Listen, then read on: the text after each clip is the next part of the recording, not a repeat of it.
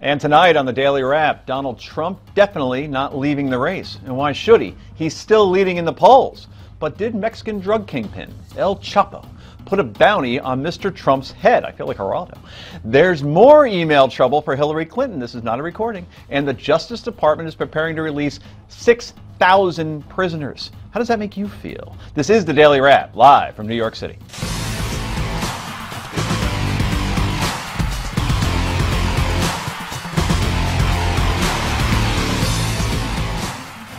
And welcome to the show, everybody, alongside my co-host, Rick Nomi. Nice Look to at see you. Rick got a makeover. A makeover? Yeah. He's on the left coast, actually. He is. That's actually what happens when you go on the left coast. You lose your soul, and then you're left with a Nomi. That's fascinating. That's physics. Well, we miss Rick, but I guess you will suffice in this I will. situation. We appreciate it. Yep. 6,000 prisoners being released. How many ex-boyfriends will be calling you come this May?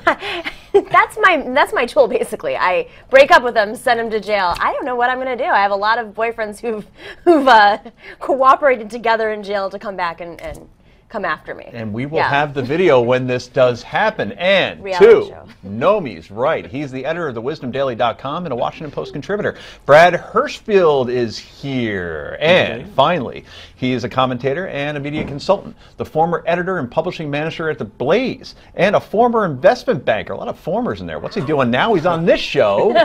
Ben Weingarten is back for a second straight night, amazingly. Okay, let's get right to the Daily Download.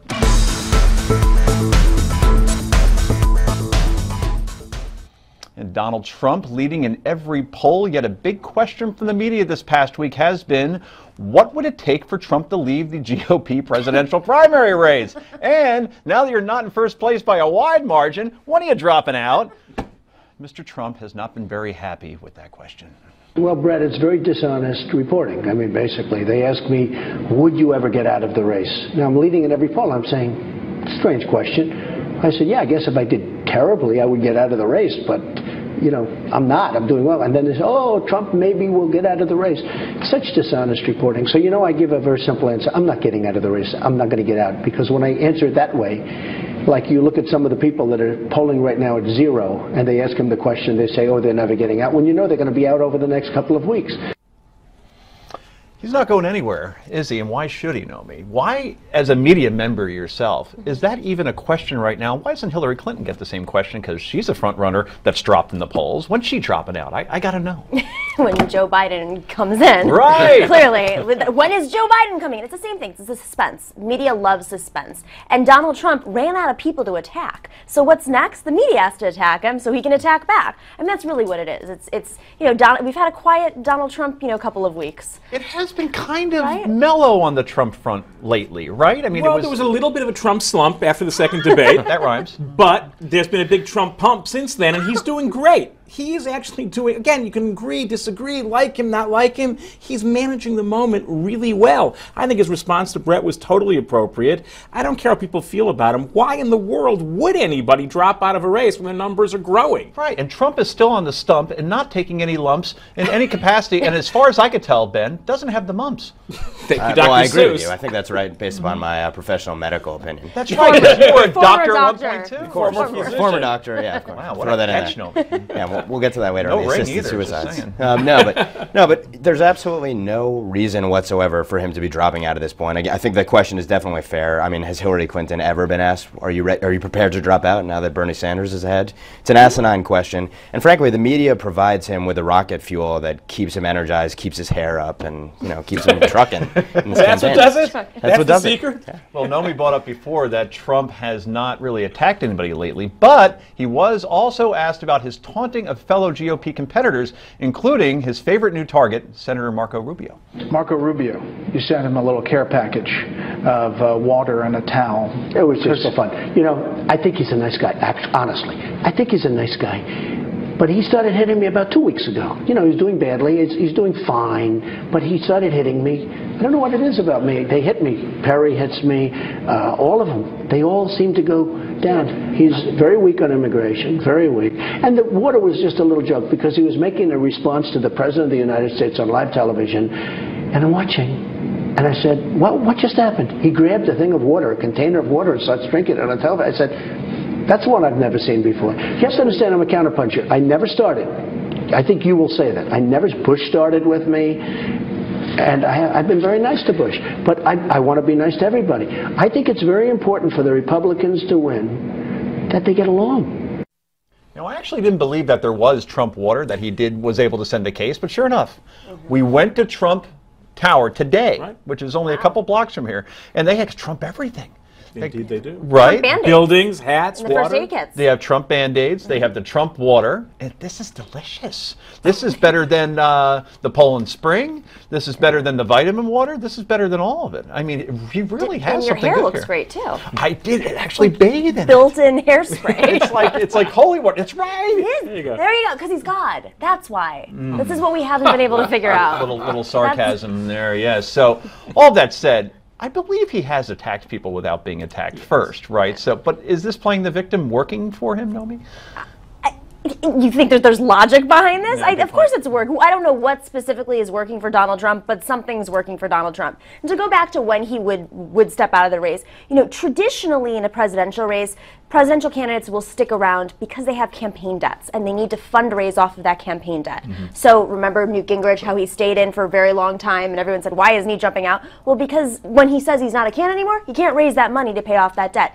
Donald Trump doesn't have that so far. Yeah. He's self-funding. So it will be an interesting moment when he does start to fall in those polls, because it's going to happen. We have reached peak Trump. Like, that's just a mathematical thing. I mean, unless more candidates start to drop out and he gets their support. Which he could. I don't know that we've reached maximum Trump velocity. Again, good or bad, he's doing it right. Is he complaining a little bit? Does he ever throw the first punch? Of course he does. But every politician does that. The idea, oh, it's hypocritical. Show me the politician who doesn't play the victim relative to their attackers and then punch back first as soon as they get the chance. I think what's interesting about this here, relative when he gets out, does he get out? I don't think it's going to happen, is that we have a moment right now, I don't think it's ever happened in American politics before. The leading person in each party is actually less likely to win the nomination, the presidency, if they get the nomination. So this is a weird moment. The Republicans have a leading contender who would lose the race. The Democrats are in the exact same position. So I think what's going on at the RNC and the DNC is they're cheering for the other person's leading candidate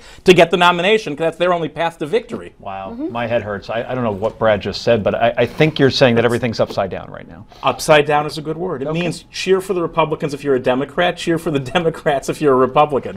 Just two quick points to follow up on that. The first is I love how Trump always says, you know, he's a very nice guy, but it's sort of like, no offense, I respect you, however, I'm going to throw you under the bus now. That's number one. But the other thing is, to your point, Nomi, about the funding, Trump can self-fund, and he's barely spent anything in this campaign thus far because he gets free media all the time, like we're doing right here.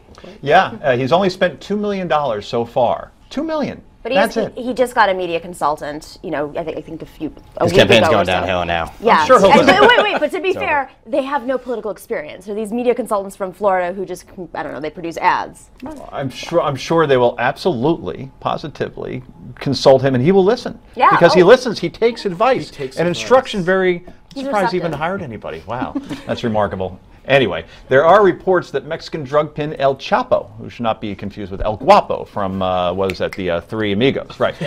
Not to be confused, yes. So it has put a $100 million bounty on Trump's head. That's $100 million. Obviously, Trump has upset many Mexicans with his comments and attitudes towards illegal immigration. Do you think, there it is, right there, Trump is in danger? That El Chapo is pretty not intimidating, but he did get out of a prison, so there you go. Seriously, though, do you think that, I mean, $100 million is a lot of money just to take somebody out, and Trump is always in public. Right. So it wouldn't be terribly, why are you smiling? You're a sick individual. Just imagining. Very serious. He's going to, like, dig a hole to Trump Towers and come up through the subway system and attack Trump. That's what he's going to do. Wow, right in his home. And that would be the best thing tower. that ever happened to his campaign. This is the greatest news story for Trump. This helps Trump. It's great. But in all Absolutely. seriousness, he's out, he's glad-handing. I mean, for $100 million, I don't know, and maybe you owe this guy Chapo for whatever reason. It's funny in a way because it's El Chapo, but at the same time, I don't think I'd be he's a little worried. concerned. You wouldn't be concerned? I don't think he's concerned. Okay, very good. Well, we always want to know what you think. Dr. Ben Carson and Donald Trump seem to be locked in a battle to lead the GOP, but are either of them your candidate? Tell us your opinion by voting in our online poll right now at newsmaxpolls.com. Coming up, more email problems for Hillary Clinton. Stay tuned.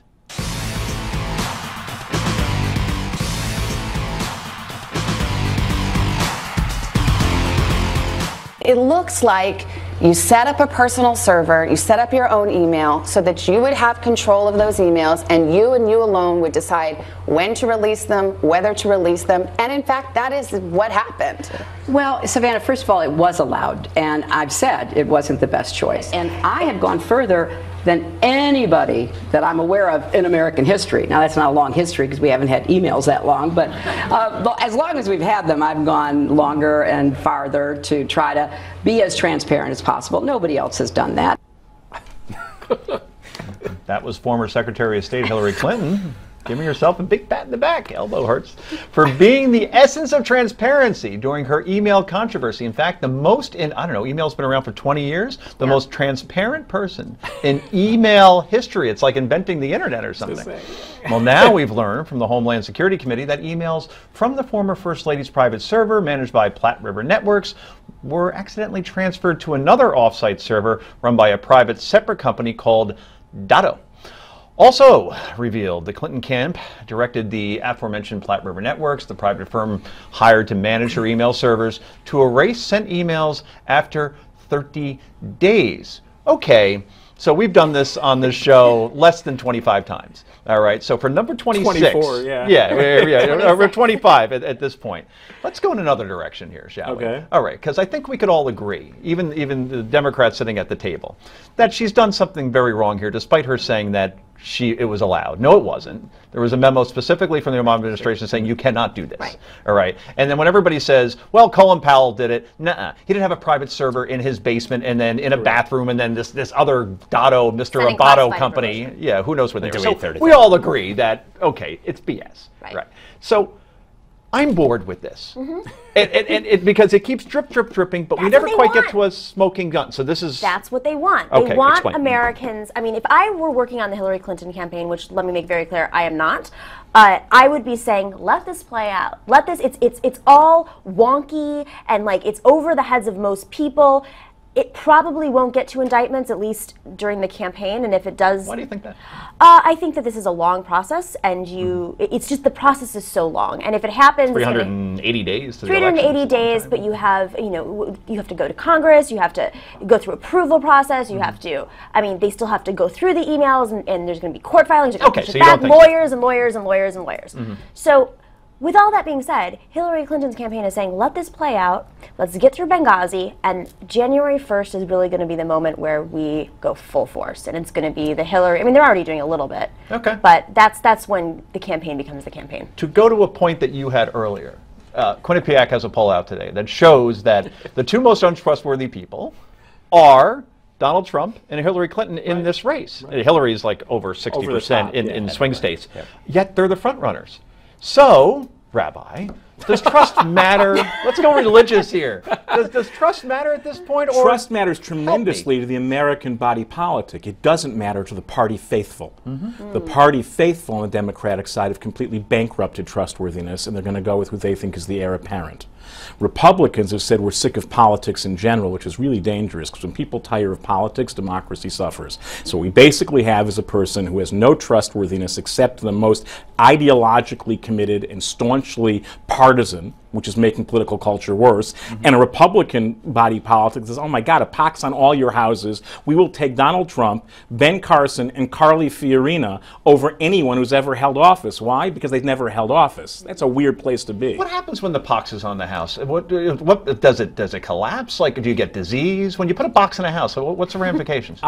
You need a shaman to come and purify the house. And it may be that part of that's what's going on here, that the Democrats are going to have to flush this out.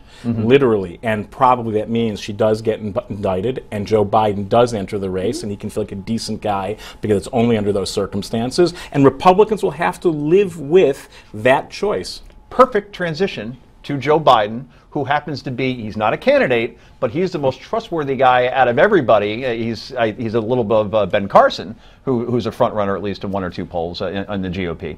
So does that the impetus for Biden to jump in that, hey, you could trust him and I get all the Democratic goodies and that's why I would support him because he's like Hillary, except I like him, I could have a beer with him, and I can trust him? Yeah, well, I think it's certainly, he'll play to his strengths, and he's perceived as being a trustworthy person. So to that extent, if Hillary's untrustworthy, he's a great foil to her. But I think to your point about the drip, drip, drip, and the Clinton campaign would like to see this drag along for as long as possible and probably past January 1. You have to ask, who does that benefit? And why is it dragging so long? Because it's really the State Department, it's the Justice Department, and the rest of the Obama-controlled government that's allowing it to drip. And I personally think that the Obama people dislike Hillary Clinton more than anyone else, and they would love to see that drip, drip, drip ultimately cave on her. And that will benefit Joe Biden ultimately, because he's viewed as the most viable of the potential competitors. And you know who runs the Obama administration. It's not President Obama. It's not Joe Biden. It's Judge Jarrett. Judge Jarrett. Yep. Judge Valerie Jarrett, who does not like Hillary Clinton. Friends, they are not. They're not, right? Right, there's a lot of animosity. I think you're 100% right. That animosity is deep and abiding, and I think they are loving every minute of this. Fair or not, they're loving it. And so are we. From an entertainment perspective only, in theater we are. Anyway, we have to move on, unfortunately. Well, Mrs. Clinton may act like her email scandal is no big deal, but presidential hopeful Dr. Ben Carson thinks this is just one of the many reasons why she will never be the Democratic nominee. I really don't think Hillary's going to be the nominee. Then why not? Because I think even the Democrats are smart enough to realize that that would be a disaster for them. And do you think, I mean, do you see Bernie Sanders? Do you think it's going to be Sanders, or do you think Biden gets in, it's Biden? I believe Biden will get in. If they're logical in any sense, I think that would probably be what they would do. Be sure to check out more of Steve Malzberg's one-on-one sit-down with Dr. Ben Carson tonight at 7 p.m. Eastern. That's right after this show. So are you shocked by these latest revelations regarding Hillary Clinton's email server? Shocked? Well, okay. Newsmaxtv.com/comments. Let us know. Coming up next, President Obama getting ready to release 6,000 inmates. Fun fun. The last few years, a lot of people have become aware of the inequities in the criminal justice system. The fact that we spend over $80 billion a year in incarcerating people, oftentimes who've only been engaged in nonviolent drug offenses. Right now, with our overall crime rate and incarceration rate both falling, we're at a moment when some good people in both parties, Republicans and Democrats, and folks all across the country are coming together around ideas to make the system work smarter, make it work better. And I'm determined to do my part wherever I can. That's one of the reasons why I'm commuting the sentences of 46 prisoners who were convicted many years, or in some cases, decades ago. Okay. Now, before we get to the meat of what the president was saying, and I actually agree with him on much of this, believe it or not, can we put that back up again? Because there was something very off about that video, if we can. If we don't have it, then just tell me.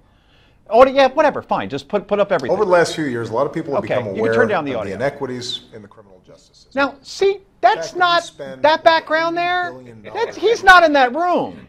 He's absolutely superimposed. Look at his head. It's kind of beaming through the, I don't know, they couldn't find a desk for him to sit at, so they put like the fake thing behind him? Yeah, does everybody else at home see what I'm seeing? Anyway, you can come back to me. Okay. Background gate. Yeah, background gate. Indeed. I'm What not about emails? I'm not saying it's a criticism. I'm just saying that looked weird to me. And that is why Obama's the worst president ever. I'm not saying that. I'm saying after 7 years, they couldn't find a studio for him. Maybe the cleaning person didn't clean up the back. Maybe, Well, you know. that's true. Maybe they're already packing up. That's a good point. Right? Yep, it's over.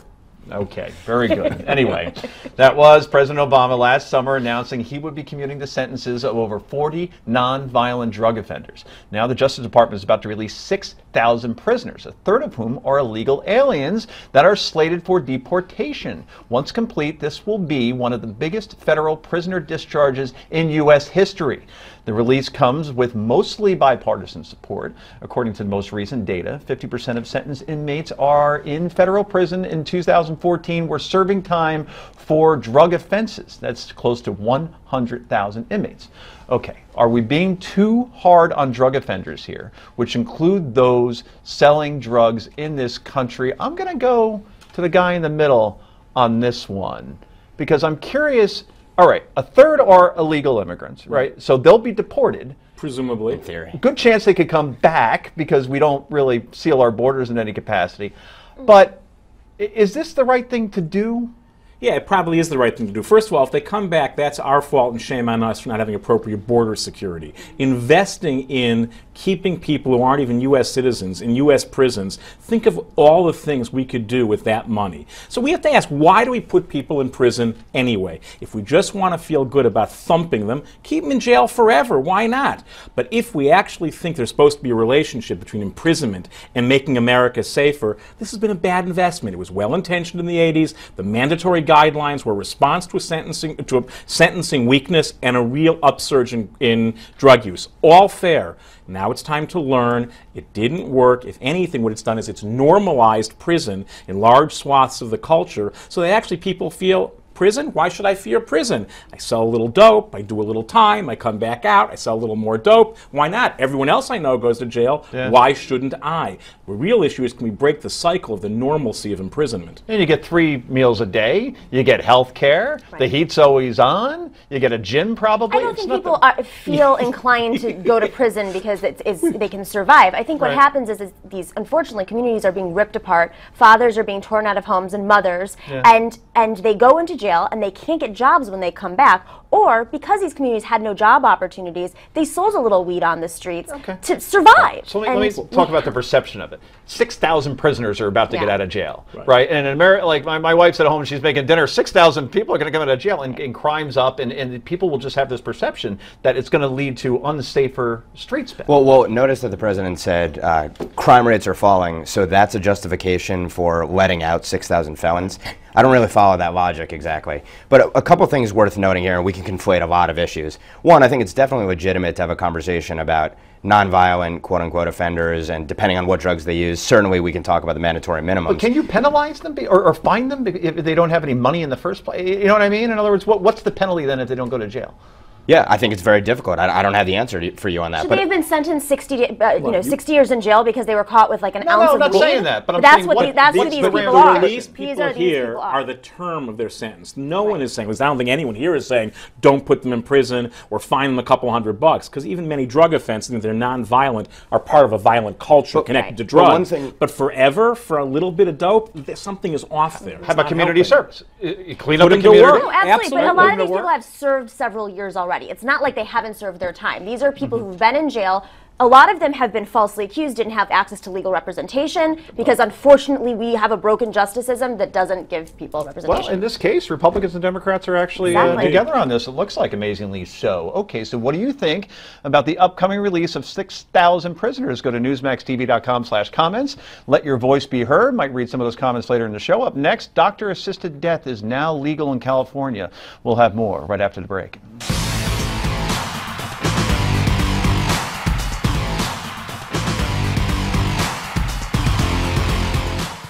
And welcome back to Daily Wrap. Well, California Governor Jerry Brown just signed into law a bill legalizing doctor-assisted deaths. It's called ABX 2-15, or the End of Life Option Act. It's a slightly different law than what's currently in place in 4 other states, in that it includes more safeguards to ensure that no one's life is lost through a mistake or abuse. In a statement released shortly after the signing on Monday, Governor Brown said, and we quote, "In the end, I was left to reflect on what I would want in the face of my own death. I do not know what I would do if I were dying in a prolonged and excruciating pain. I am certain, however, that it would be a comfort to be able to consider the options afforded by this bill, and I wouldn't deny that right to others." The right to die debate has been going on for many years, most famously spearheaded by Dr. Jack Kevorkian.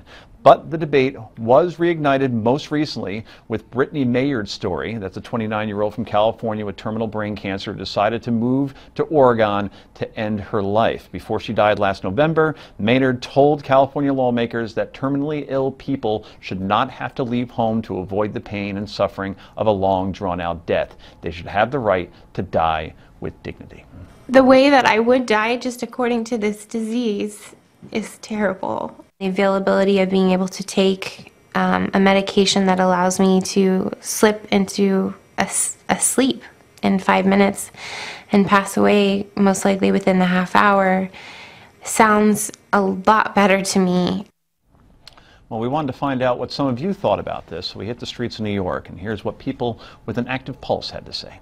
Personally, I think it should be legal. Yeah. I think it's not up to the government to make a choice of people and how they actually control their lives. So it's unfortunate that people reach that decision, and hopefully they have help to prevent it. But if it comes to it, it's their choice. I don't think it should be legalized national-wise, because I don't think one should decide whether he wants to die right away. And that could be a mental situation because he's feeling or she's feeling a lot of pressure or maybe upset. I don't really think it should be legalized because it's very stupid and it's basically encouraging people to kill themselves. I believe in the freedom to choose. I believe in agency as long as it doesn't affect other people. In that situation, the doctor is the one that has to perform the assisted suicide. So again, it becomes very ethical. It's an issue where he may feel like that is unethical. Yes, because it's giving a peaceful way for a person to go over to the next world easier. These people shouldn't have to suffer if they don't want to be here anymore. It's just up to them. If you're in a lot of pain and you really want to, for justified reasons, you should be able to kill yourself. That's suicide, but if extreme pain, not crazy suicide, but I agree with it. It should be legal for some extreme cases, yes. If someone with dignity wants to decide to end his life because there is no other way, well, why not?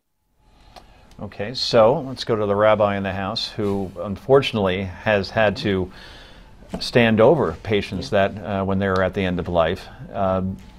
So you probably have the best perspective on this of anybody here. I don't know about best. I actually think, I don't say this often, Jerry Brown got it 100% right. It's a matter of humility and how much pain should someone else have to endure.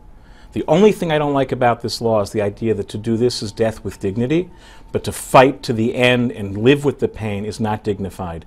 As far as I'm concerned, people reaching informed decisions that help them transition from life to whatever comes next, that's what dignity is. And no one has a right to look at another person and tell them how much pain they should endure. I don't believe suicide is appropriate. I don't think this is suicide. These are literally dead people walking. The person who said on the street about what about depression, the law covers that. This is about people. There is no other choice. The only decision at that point is who has the right to look at another person and tell them this is how much pain you should endure as you die. A critic would tell you that no one has the right to play God, and when God takes that person, that's when... Right, so here's the thing, we're all playing God. When you go into an ER and you put paddles on someone's chest, you're playing God. The issue is, can you play God and not pretend you are God? What this law says is, when you know you're not God and there's nothing left to do and there is no other life to fight for, how can you actually take on the role of a merciful God and give people an informed way of ending things with a level of painlessness they can't otherwise have? So I agree. This takes remarkable humility. It's about playing God, which is what we're all here to do, whether we believe in God or not, and knowing we're not God. So it takes a measure of humility and a measure of compassion. Right now, the compassion people aren't great on humility. The humility people aren't great on compassion. This law could actually bring us together. Naomi, could you see other states following here? Absolutely, and if you think about it from separate from the humane argument here, there's also a financial argument. The families have to take on. Listen, we all have elderly. We have a growing elderly population. The cost of being on a deathbed is very expensive, and it's a hindrance on families. And I think that that's also something to consider. Good stuff, Ben. Last Just word. one point on that. I would say I just hope that this isn't something that's publicly funded, because if we're leaving it up to the individual, society shouldn't have to support taking a life potentially if individuals are against it. Okay, we'll have to end it on that note. So we want you to share your thoughts on the End of Life Option Act. You do this by going to newsmaxtv.com/comments. That's newsmaxtv.com/comments. Coming up next, we're going to read some of your comments, so don't go anywhere. This is where things get quite interesting.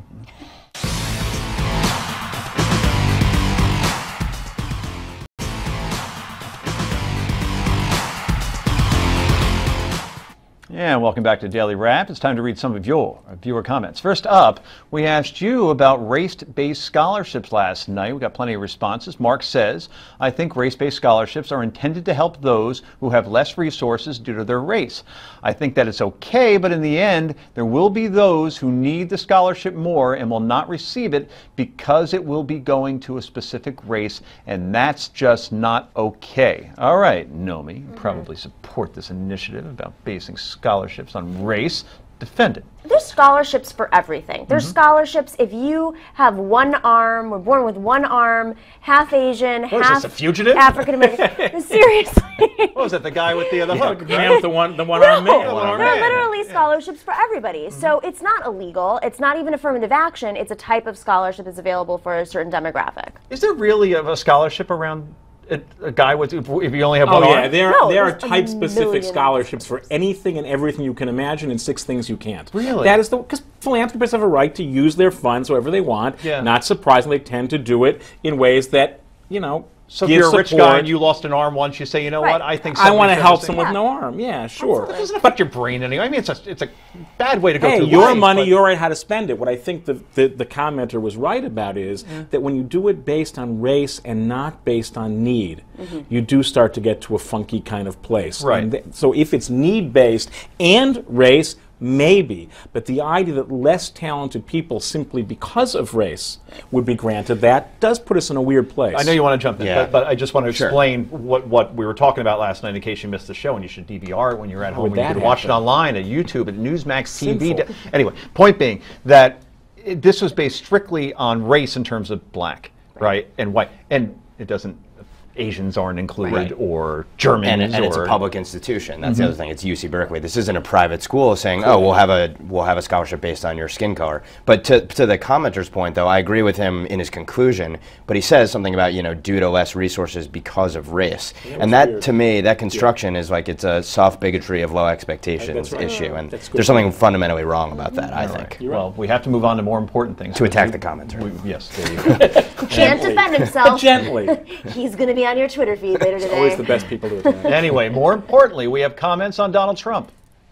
Taylor says, if it were not for Trump, the Jeb Bush machine, it's a machine, would have already targeted and attacked Ben Carson, Carly, Ted Cruz, and anyone else in the establishment's way. Much like Romney did to Herman Cain, 999, Newt Gingrich, and a few other during the 2012 presidential election. I never forget the 999, so it was effective.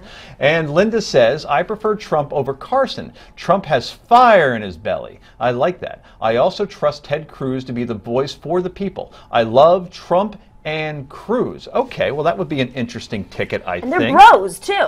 They're what do you mean? They're bros. They Explain. hang bros. So the kids are saying these days that bros are like two guys who hang out with each other and get along. Yeah. They actually have a rapport. Let's move on, Bradley.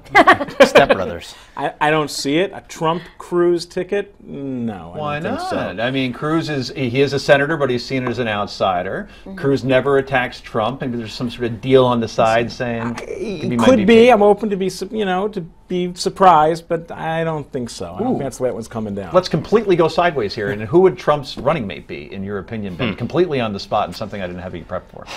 Trump's running mate. Carly, businesswoman, businessman. No, she's not a competent enough businesswoman. Carl for Icahn, him. who he likes to evoke. Yeah, maybe Carl Someone Icahn outside because of he it. also has that New York ethnic, gritty, and he's wealthy and Yeah. can negotiate with the Chinese and the Mexicans and crush everyone all over the world. I like think that. That's Okay. that's Trump's job. He can't have you can't have two Trumps. He has to stand but in if he's- the president can't function. That's true. Good Right. point. It won't be But Trump. can he Rubio. win South Carolina? It happened. Then Trump Graham. He brings along Lindsay, and then it's a disaster. Oh, then I'm all about it. Okay. Get back On on the the phone. Oregon shooter, Mike says, how about getting the facts on this Oregon shooter? Endless agonizing over solutions without detailed background, he said, is demoralizing. Do some investigative journalism. Okay. All right. Well, we are a panel show. We're just here to talk about stuff. I can't really go out to Oregon and start investigating. Then who's going to host the show? Right. But I think there is something to the notion of we jump to a conclusion based upon what our biases and prejudice are before we hear any of the facts. And the purpose of journalism, I think at least, I'm not a professional at it, but it's to get to the truth. You look at all of the facts, you examine them, you're sober and objective in looking at them. Right. Today, we castigate a person immediately and we've judged before having any of the facts. I think there's a confusion between reporting and investigative journalism. When you're reporting at an event and you're reporting What, what when, where, why, the how. shooter, exactly, you're Right. saying, okay, there are claims that the shooter said these comments. That's reporting. That's not making any assumption. That's what we do. Right. We But what do we have to panelists investigate? do. The guy was crazy, Yeah. and he went in there and killed people based on their religion. That's it. Well, there's nothing to investigate. Agreed. The intent is still questionable. Right. The intent? Yeah. Craziness, yes. Intent, I think, is still open to debate. But what's true, there is no issue like gun control that gets flogged by both sides in the absence of facts. And we got to get better at that. Yeah, it seems like sides take a side and start rooting for, Exactly. oh, if it's a Muslim, then we could blame immigration. And, oh, if it's Tea Partier, then we could blame conservatives. And you see it on the internet. It's disgusting. Anyway, if you want to weigh in on any of the issues we talk about here, go to newsmaxtv.com/comments. As you see, we read them on the air. Up next, time for Yay or Nay. This is Daily Wrap.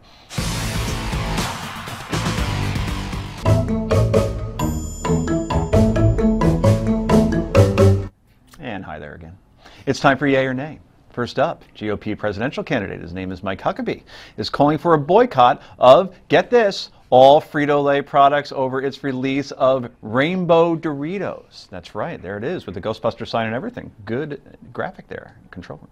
Huckabee wrote a scathing email to the company stating if the Rainbow Dorito represents the corporation's values, then they need to let the Christian community know that they no longer want their business. And we quote Mr. Huckabee saying the Christian community needs to be made aware that Frito-Lay has decided to not seek their business. Frito-Lay knows very well that by taking part in this campaign, it is condoning open hatred and animosity towards people of faith. Nomi is shaking her head violently in agreement, especially Christians. By making Dorito rainbows, the company is showing its true colors.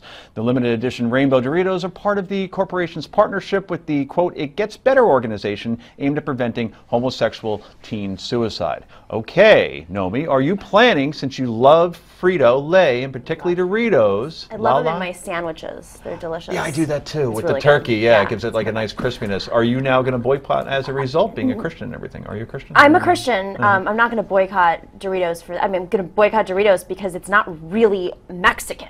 That's the issue. They claim to be this like Latin American themed nacho. It's not. The real stuff in Mexico is much better. Really? No, but really, I mean, why is he inventing stories like this? Red Come eye on, yeah. come on. Why is he inventing stories like this? This is aren't the issues enough? Why does he have to create an email, make that a?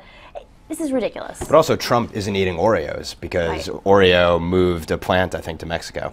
So they're against Doritos and against Oreos, but they still have Chick-fil-A. They're getting rid of all the good junk food. What are we going to do? Yeah. The truth is, you might have an obligation to eat more Doritos because of this. Look, the irony here is, first of all, the idea this is a pro-gay statement is like when it was 25 years ago, who was it who spoke out against the purple Teletubby?